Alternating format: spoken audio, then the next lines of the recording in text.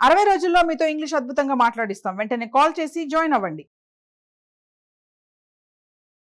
నమస్తే రమ్మగారు. నమస్తే జయ. రమ్మగారు, విక్రమ బేతాల కథలు ఏమన్నా చెప్తారా? ఒకటి పట్టుబదలని విక్రమార్కుడు మళ్ళీ వెనక్కి తిరిగాడు, శవాన్ని భుజం మీద వేసుకున్నాడు, నడుస్తున్నాడు. దాన్ని ఆశ్రయించుకుని ఉన్న బేతాళుడు రాజుగారికి ఒక కథ చెప్పాడు. ఏం చెప్పాడు? పూర్వం ఒక కాపుల కుటుంబం ఉండేది. అయితే ఈ కాపు అనగానే మనం చెప్పుకునే కులం కాదు, పొలం పనులు చేసేవాళ్ళు. పదే పదే చెప్పాల్సి వస్తుంది. మరి ఏం చేయనమ్మా, నేను చెప్పాలి, తప్పదు. సరే, ఒక అబ్బాయి రైతు, వాళ్ళ నాన్న ఒక మాదిరిగా ఒక 2 మామిడి తోటలు, చిన్న ఒక 2 ఎకరాల మామిడి తోట, దాన్ని ఆనుకుని ఒక బంజరు ఉండేది.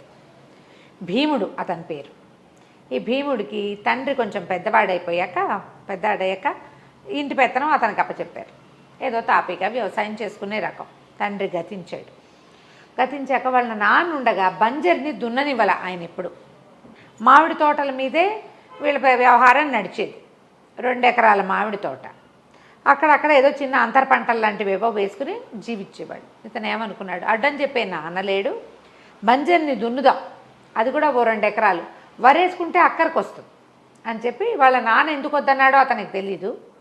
కానీ అది మనదే, కానీ మనకు అచ్చి రాదు, వద్దన్నాడు. ఇతను దున్నడం మొదలుపెట్టాడు. దున్నితే నాగలికి ఒక ఏదో పట్టుకుంది, తగిలింది. ఆ కాలంలో ఏంటంటే ఎవరినైనా సహాయాలు పిలవటం లేదు. 2 ఎకరాలు అనగా ఎంత, ఒక రైతు కాడు కట్టి నిదానంగా దున్నుకోవచ్చు. కూలీలు పెట్టుకోవడాలు, ఎవరితోటైనా చేయించడాలు, అవి ఇంత చిన్న కుటుంబాల వల్ల కాదు కదా. అతన్ని స్వయంగా దున్నుకుంటున్నాడు. ఏదో పట్టుకుంది. ఏం పట్టుకుందా అని కాడు తప్పించి కొద్దిగా చూస్తే ఏదో రాయిలాగా ఉంది. అది కదిలేసరికల్లా దాని కింద ఒక ఇంత బాక్స్ దొరికింది అతనికి, ఒక పెట్టె. ఆ పెట్టె ఓపెన్ చేసి చూస్తే అందులో ఒక మణిహారం, ఒక రత్నహారం లాంటిది ఒక హారం కనపడింది. పక్కన ఒక తాళపత్రం కూడా ఉంది. అది ముకుందుడని ఒక ఆయన రాశాడు. ఆ తాళపత్రంలో ఏముందంటే, రత్నహారం చాలా మహామహిమాన్వితమైంది. ఇది మెళ్ళో ధరించిన వాడికి ఎదురుగుండా వాళ్ళ మనస్తత్వం ఏంటో బోధపడుతుంది. బాగుందిగా. వాళ్ళ ఐడియా మనకు తెలుస్తుంది. వాళ్ళు ఏమనుకుంటున్నారో ముందు మనకుగా తెలిసిపోతుంది. ఈ ముకుందుడు అనేవాడికి వాడి తపసిద్ధి ప్రకారం అది దొరికింది, ఈ రత్నహారం. అది అతను సంపాదించాక తొలి రోజుల్లో అతను చేసినవి 2-3 మంచి పనులు. ప్రతి వాళ్ళ మనసులో ఏముందో తెలుసుకుని వాళ్ళని బ్లాక్మెయిల్ చేసి ఆయన విపరీతంగా సంపాదించాడు. ఆయన క్రమంగా ఏం చేశాడంటే, రకరకాల వ్యవహారాలు జరిగినాయి. అయితే ఒకసారి ఆయన తన భార్య మనసులో ఏముందో తెలుసుకున్నాడు. ఎంత సంపాదించినా భార్య మనసు తన మీద లేదని తెలిసింది. ఇంకెందుకు, ప్రపంచంలో ఎవరిని ఎందుకు ప్రేమించరు, అవసరార్థమే ఉంటారు వాళ్ళతోటి. అది తెలిసేసరికల్లా ఆయనకి జీవితం మీద విరక్తి పుట్టింది. ఈ హారాన్ని, ఈ కథ విషయం రాసి ఈ తాళపత్రాన్ని ఒక చోట పాతి పెట్టేసి సన్యాసి అయిపోయాడు. ఆ హారం మన భీముడికి దొరికింది. ఓకే, అయ్యో ఇది ఇట్లా ఎండవుతుందేమో అనుకున్నాడు. భీముడు స్వతహాగా చాలా మంచివాడు. సరే, అతను ఏం చేశాడు, హారం చూస్తే మెడలో వేసుకోబుద్దాడు. సరే చూద్దాం ఇది అసలు పనిచేస్తుందో లేదో అని అనుకున్నాడు. మెడలో ధరించి ఇంటికి వెళ్ళాడు. భార్య ఆ చూడగానే వచ్చారా అని కాళ్ళకి నీళ్ళు ఇచ్చింది. ఆమె మనసులో ఏముందో కనిపెట్టాడు, తెలిసింది. ఏమని, ఇంత కష్టపడతాడు, ఇప్పుడు ఆ బంజర్ దున్నకపోతే ఏమైంది, ఏదో ఉన్న దాంట్లో కలో గంజో ఇద్దరం ప్రేమగా బతుకుంటాం కదా అని అనుకుంటాం. సంతోషం వచ్చేసింది అతనికి. ఇదే సంతోషంలో ఇంకా చూద్దాం అనిపించింది. హారం తీయబుద్ధి కాల. అది ఒంటి మీద ఉన్నంతసేపు తెలిసిపోతుంది. బాగుంది. ఆ బట్టల లోపల అతను వేసుకున్న హారం పెద్దగా ఎవరికీ కనపడలా, చొక్కా లోపల ఉంది. ఇతను ఆ ఊరి జమీందారు గారు రంగస్వామి, ఆయన తమ్ముడు కృష్ణస్వామికి ఇతను కొంత డబ్బు బాకీ ఉన్నాడు. భీముడు ఆ డబ్బులు పట్టుకెళ్ళి ఇద్దామని డబ్బు ఉచ్చుకుని వెళ్ళేసరికల్లా కృష్ణస్వామి ఎవరితోటో మాట్లాడుతున్నాడు. ఇతను ఆ కృష్ణస్వామిని చూసేసరికి ఈయనకేమనిపించిందంటే, ఈ కృష్ణస్వామి వాళ్ళ అన్నయ్య జమీందారు రంగస్వామి గారిని చంపించబోతున్నాడు. ఈ ఇద్దరితో మాట్లాడుతున్నాడుగా, వీళ్ళిద్దరే అతన్ని చంపబోయేవాళ్ళు. ఏమని వచ్చేసింది లోపల నుంచి, మీ అన్నయ్యని చంపటం అంత మంచి ఆలోచన కాదండి, తప్పు, ఇట్లా చేయకూడదు, కుటుంబ పెద్ద ఆయన చాలా మంచివాడు, ఇటువంటి దుర్మార్గపు ఆలోచనలు చేయబోకండి. చంపిత సాధించే సంపద మీకు ఏ రకంగానూ ఉపయోగపడదండి అన్నాడు. అనగానే కృష్ణస్వామి అన్నాడు, నేను చంపటం ఏమిటో ఈ మా అన్నయ్యని, భలేవాడివి అనేసి, అలాంటివి ఏమీ లేవు, ఇచ్చేది నువ్వు ఏ పని మీద వచ్చావు అని అడిగాడు. డబ్బు ఇవ్వడానికి వచ్చానండి. ఇచ్చి వెళ్ళిపో, డబ్బు ఇచ్చేసే అని తీసుకుని, అలాంటిది ఏమీ లేదు, నువ్వు నిశ్చింతగా వెళ్ళు అని చెప్పాడు. వెనక్కి తిరిగాక నిజంగా మన భీముడు బయలుదేరాక ఈ కృష్ణస్వామి అన్నాడు, తన దగ్గర ఉన్నారుగా ఇద్దరు రౌడీలు, వాళ్ళతోటి ఏం చెప్పాడంటే, ఒరే వీడు ఎట్టాగో వినేశాడు రా మనం అనుకున్న మాట, వీడిని చావచిత కొట్టి ఎక్కడైనా బారేయండి. వీడు ఇంకెవరికైనా వీడికి చెప్పాడంటే కష్టం, అతనికి తెలిసిపోయిందని అర్థం కాల, వినేశాడు అనుకున్నాడు. ఎవరితో చెప్పినా మనకి ప్రమాదమే. ఈ రాత్రికి మా అన్నయ్యని లేపేస్తాం, కానీ వీడు రేపటి ఎల్లుండ్లలో ఈయనే చేశాడు నేను విన్నాను అన్నాడంటే చస్తాను రా అనేసరికల్లా వాళ్ళిద్దరూ పరిగెత్తుకొచ్చారు ఇతను వెనకాల. ఇతను వెనక్కి తిరిగి వాళ్ళ మొహాలు చూశాడు. చూడగానే వాళ్ళు తన్ని కొట్టడానికే వస్తున్నారని అర్థమైపోయింది, తెలుస్తుందిగా. అవును. ఇక పరిగెత్తి ఒక పెద్ద సరుగుడు తోట ఉంది, ఆ తోటలోకి పరిగెత్తేశాడు.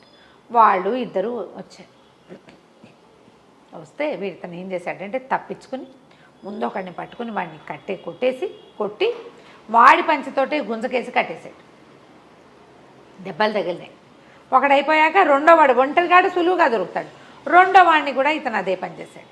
ఇద్దరిని చెట్టు కట్టేసి మరి అక్కడి నుంచి దెబ్బలతోటి జమీందార్ గారింటికి వెళ్ళిపోయాడు. వెళ్ళి, అయ్యా మీ తమ్ముడు గారు మిమ్మల్ని చంపడానికి ప్రయత్నం చేస్తున్నాడండి, ఇద్దరితోటి మాట్లాడాడు. వాళ్ళిద్దరి సంగతి నేను తెలుసుకుని ఆయన్ని వద్దండి అని వార్న్ చేశాను, వద్దన్నాను, హెచ్చరించా ఇట్లా తప్పని. ఆయన వాళ్ళని నా మీద పంపాడు, వాళ్ళని కట్టేశానండి అన్నాడు.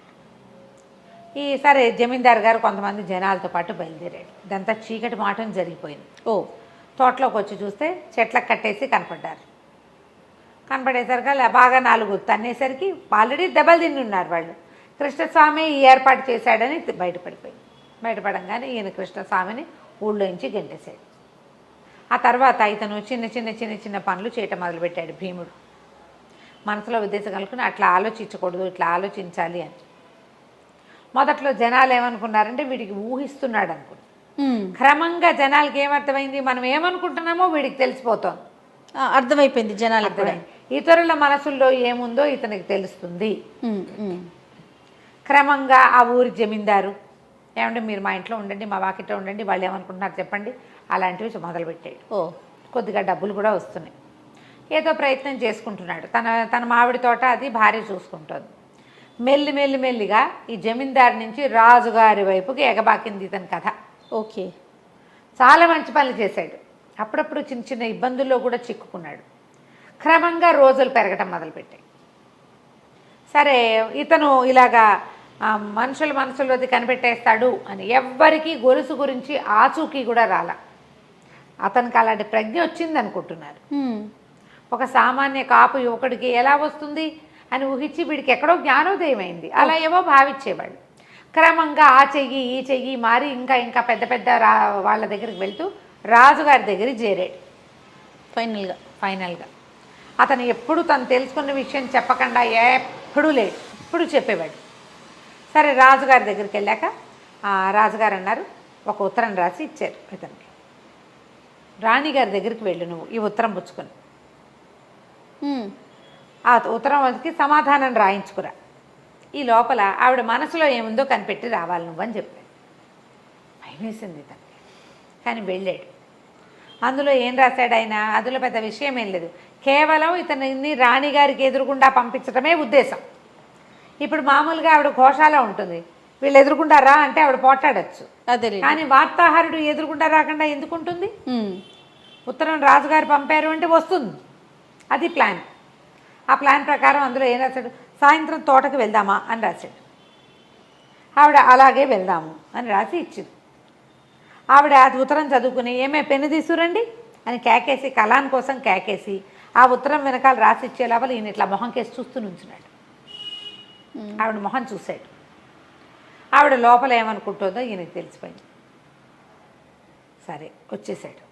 వచ్చి ఆ ఉత్తరం ఏమో రాజుగారి చేతిలో పెట్టాడు. రాజుగారు ఉత్తరం చదువుకుని, అది సరేలేవయ్యా, రాణిగారి ఉద్దేశం ఏమైనా నీకు తెలిసిందంటే రాజుగారు అని చెప్పాడు. రాణిగారు మహాపతివ్రత అండి అన్నాడు. అలాగా, అయితే చాలా సంతోషం అన్నాడు ఆయన. నిజానికి అది కాదు జరిగింది. ఆ రాణి గారు ఏమనుకుందంటే అబ్బో వీడితో పళ్ళకి చచ్చిపోతున్నాను, అసలు ఈ సాయంత్రం నేను వేరే ప్రోగ్రాం పెట్టుకున్నాను, వాడెవడో ఫ్రెండ్ వస్తాడు, సచ్చినట్టు ఈయనతో పాటు వెళ్ళాలా అనుకుంది. అనుకుంది. ఉమ్. అంటే ఏమిటి, ఆవిడకి స్నేహితులు ఉన్నారు, రాజుగారితో అంత లేదు, సఖ్యత లేదు. ఇప్పుడు రాజుగారికి మీ ఆవిడ మంచిది కాదు అని చెప్పాల్సి వచ్చింది అనుకో, అక్కడ ఏం చేస్తాడు, ఏం జరగబోతుంది? ఇప్పటిదాకా మంచి పనులు చేశాడు, ఇది కూడా మంచి పనేనేమో, కానీ ఆవిడ మరణానికి తన కారణం అయిపోతాడు. రాజుగారు సరిగ్గా ఉండకపోవటం వల్ల ఆయనకి తన ప్రవర్తన మీద తనకి డౌట్ ఉంది కాబట్టి అడిగాడు కదా. ఆవిడ మహాపతివ్రత అని చెప్పి ఇంటికి వెళ్ళంగానే భార్యతో చెప్పాడు, అమ్మ సంపాదించుకున్నవన్నీ మూటగట్టు, మనం ఈ దేశం వదిలిపెట్టి వెళ్ళిపోతాం అని చెప్పి ఒక కుంపటి వెలిగించి తన మెడలో ఉన్న ఆ హారాన్ని ఎత్తి అందులో పడేసాడు. ఓ, బూడిద కూడా మిగల, అది అతను చూస్తూ ఉండగా అలా కరిగి కరిగి ఆవిరైపోయింది. ఆ కుంపట్లో ఇప్పుడు మామూలుగా ఒక వస్తువు కాలిస్తే దాని ఆకారంలో బూడిద అవశేషం మిగులుతుంది. అవును కదా. ఏమీ లేదు, దానికి ఒక దండం పెట్టాడు, భార్యకి చెప్పాడు ఇంకా మనం ఇక్కడ ఉండం. వెంటనే తట్టాబుట్ట అన్నీ సర్దుకుని ఇప్పటిదాకా రాజు నుంచి, సామంతుల నుంచి, జమీందారు నుంచి వచ్చిన సంపద అంతా పెట్టెలోకి తెచ్చేసుకొని 2 రోజుల్లో తట్టాబుట్ట సర్దుకుని వెళ్ళిపోయాడు. ఈ కథ చెప్పాడు ఆయన బేతాళుడు. అప్పుడు అడిగాడు అనమాట రాజా, ఎందుకు ఈ భీముడు ఊరు వదిలిపెట్టి వెళ్ళిపోయాడు, హారం ఎందుకు కాల్చేశాడు అని అడిగాడు. అడిగేసరికల్లా రాజుగారు చెప్పాడు, ఇందులో ఏముంది మ్యాటర్, విషయం ఏం లేదు.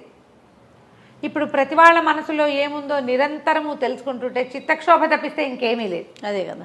అతను ఏవో కొన్ని మంచి పనులకి ఉపయోగపడింది, క్రమంగా ఇవి చెడు పనులకి, అక్కర్లేని వ్యవహారాలకి దారితీస్తుంది. తను ఎంతసేపు అవతల వాళ్ళ మనసును తెలుసుకునే పనిలోనే ఉన్నాను కానీ రెండో పని చేయటం లేదు. దీనివల్ల ప్రమాదాలే వస్తాయి తప్పిస్తే ఇంకొకటి రావు. దీన్ని తపశక్తితోటి సాధించుకున్న ముకుందుడే దాన్ని వదిలిపెట్టేశాడు, అది పనికిరాదని. ఏదో కాకతాళీయంగా దొరికిన తన వల్ల కొన్ని మంచి పనులు జరిగినాయి.